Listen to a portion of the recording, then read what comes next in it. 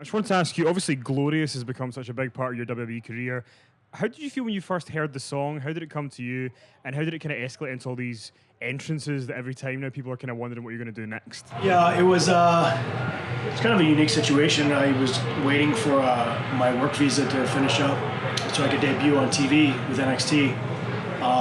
And I already had a song kind of picked out for my debut, and then just kind of talking with Triple H about my character and kind of what I kind of perceived it to be and what I wanted to do here. And he had this song, the Glorious song, kind of in the archives, and he had me listen to it. And when I first listened to it, I was at Full Sail before a television taping, and it was myself, Michael Hayes, Triple H, and Neil Law, who's in charge of the WWE music.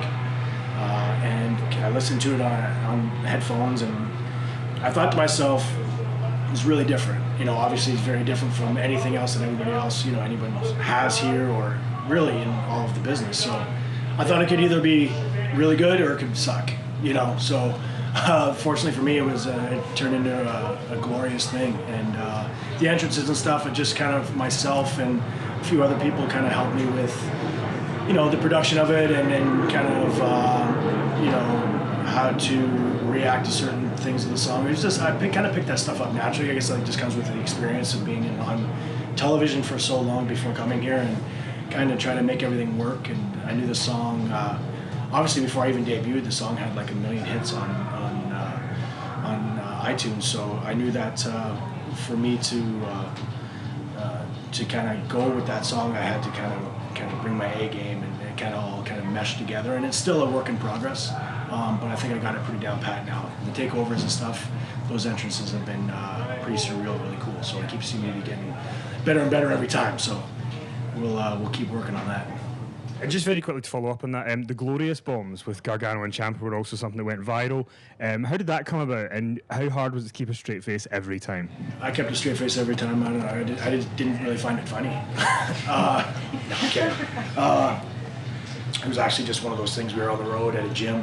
He was like, Tommaso said, me and Johnny want to do this thing. Instead of like a photo bomb, we want to do a Glorious bomb. That's when the song really started to take off.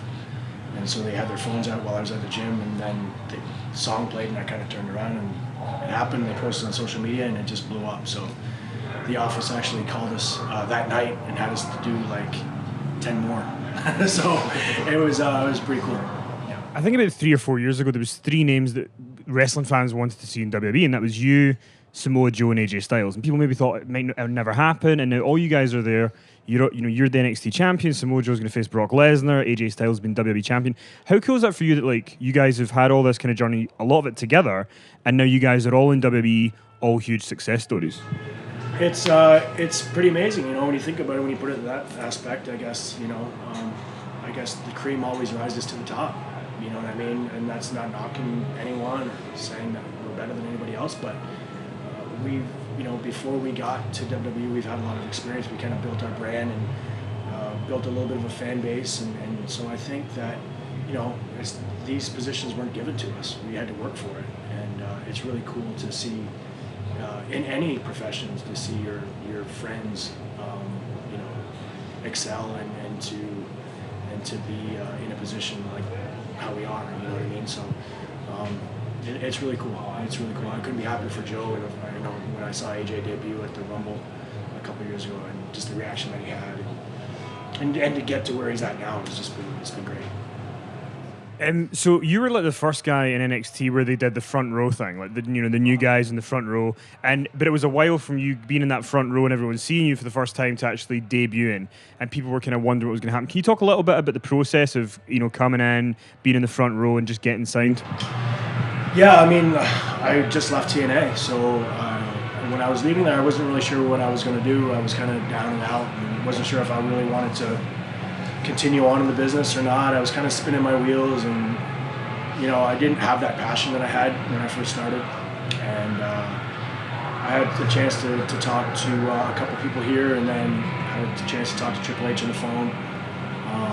They invited me down to Dallas for WrestleMania weekend, and had an opportunity to go to TakeOver in Dallas, and meet a bunch of the guys and talk to Triple H a little bit there, and put me in the front row, and just the atmosphere there, and the locker room, and everything about NXT really caught my eye, and I knew that, like, literally from that moment forward that I needed to be there.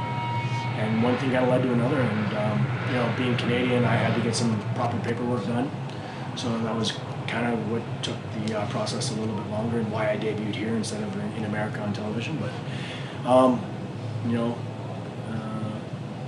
it's basically it. I mean, as soon as I came here, I knew this is where I wanted to be, and it worked out for the best. And a very quick follow-up. You've done a lot in a year, but was there anything that you thought, was there any moment where you were like, I get the scale of this, like where you kind of went, this is huge? Yeah, Brooklyn.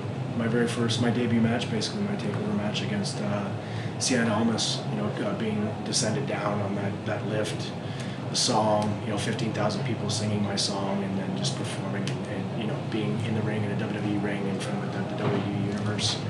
It was just, I really had to take a moment to kind of look around and kind of take it all and kind of smell the roses, really, you know what I mean? Just, like, this is pretty cool, you know, and from that moment on, I knew that, you know, this is where I needed to be, and that good things were going to happen.